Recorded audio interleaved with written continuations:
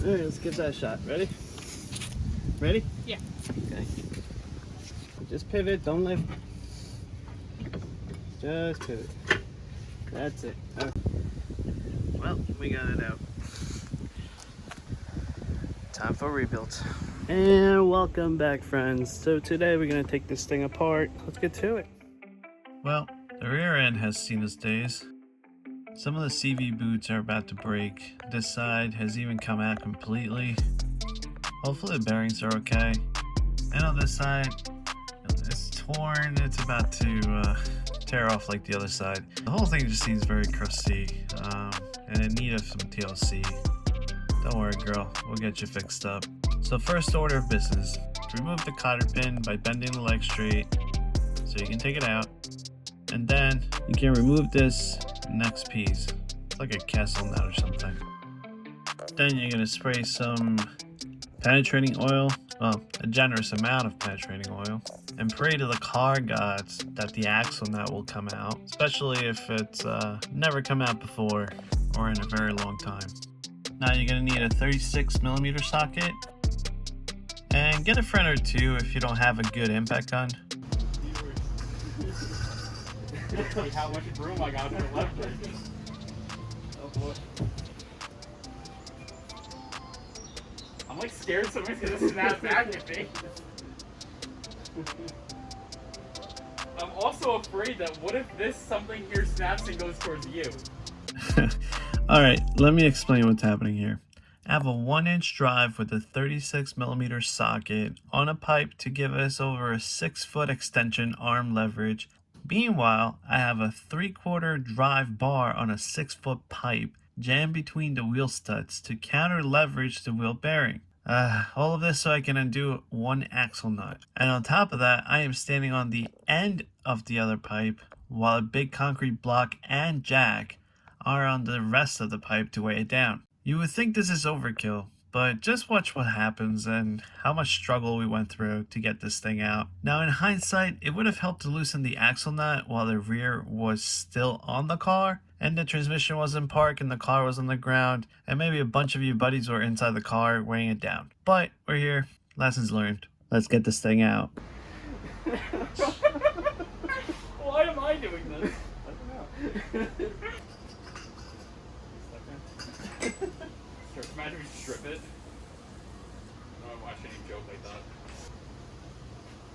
So weird.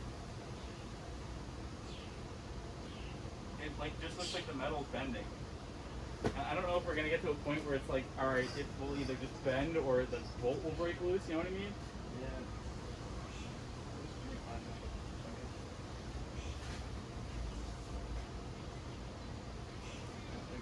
Alright, sketchy shit.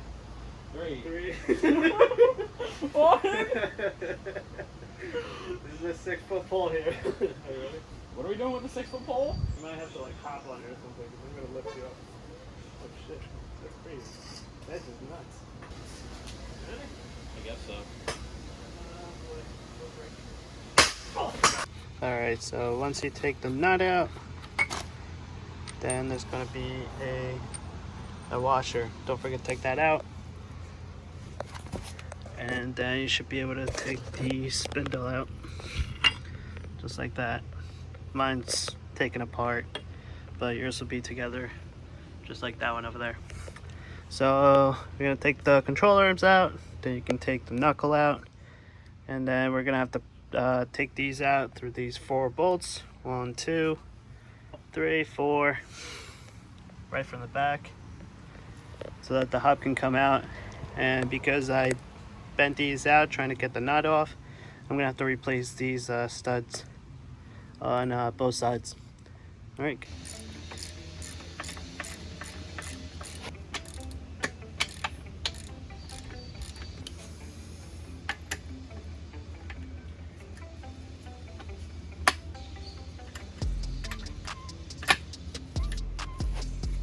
And the next part is to remove all the control arm bolts. Disassemble a suspension, give me a little more room so I can get the rest of the stuff out.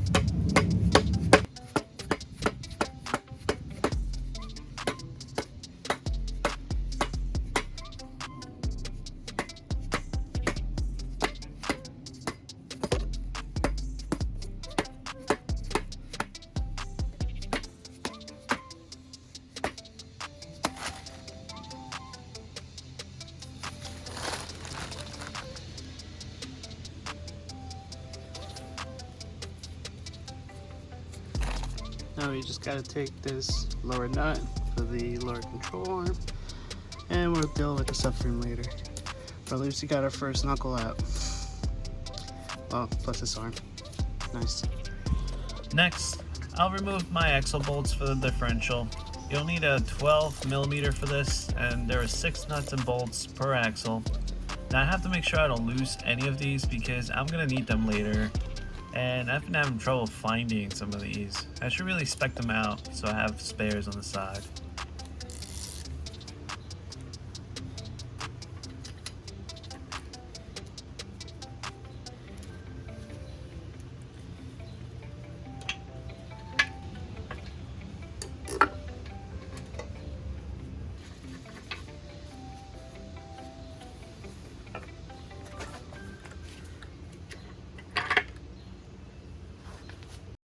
And last but not least, the differential.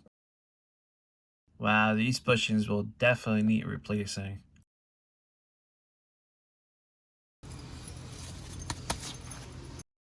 You guys ever start something simple like a brake line or even changing your wheels and somehow end up like this? Yeah, it was just a brake line. Just a brake line. Next thing, we're gonna take these out. We're gonna give this thing a power wash.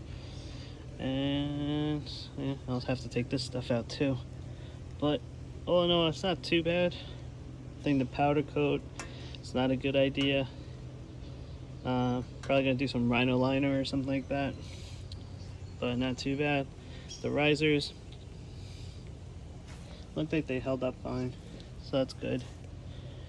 Alright guys.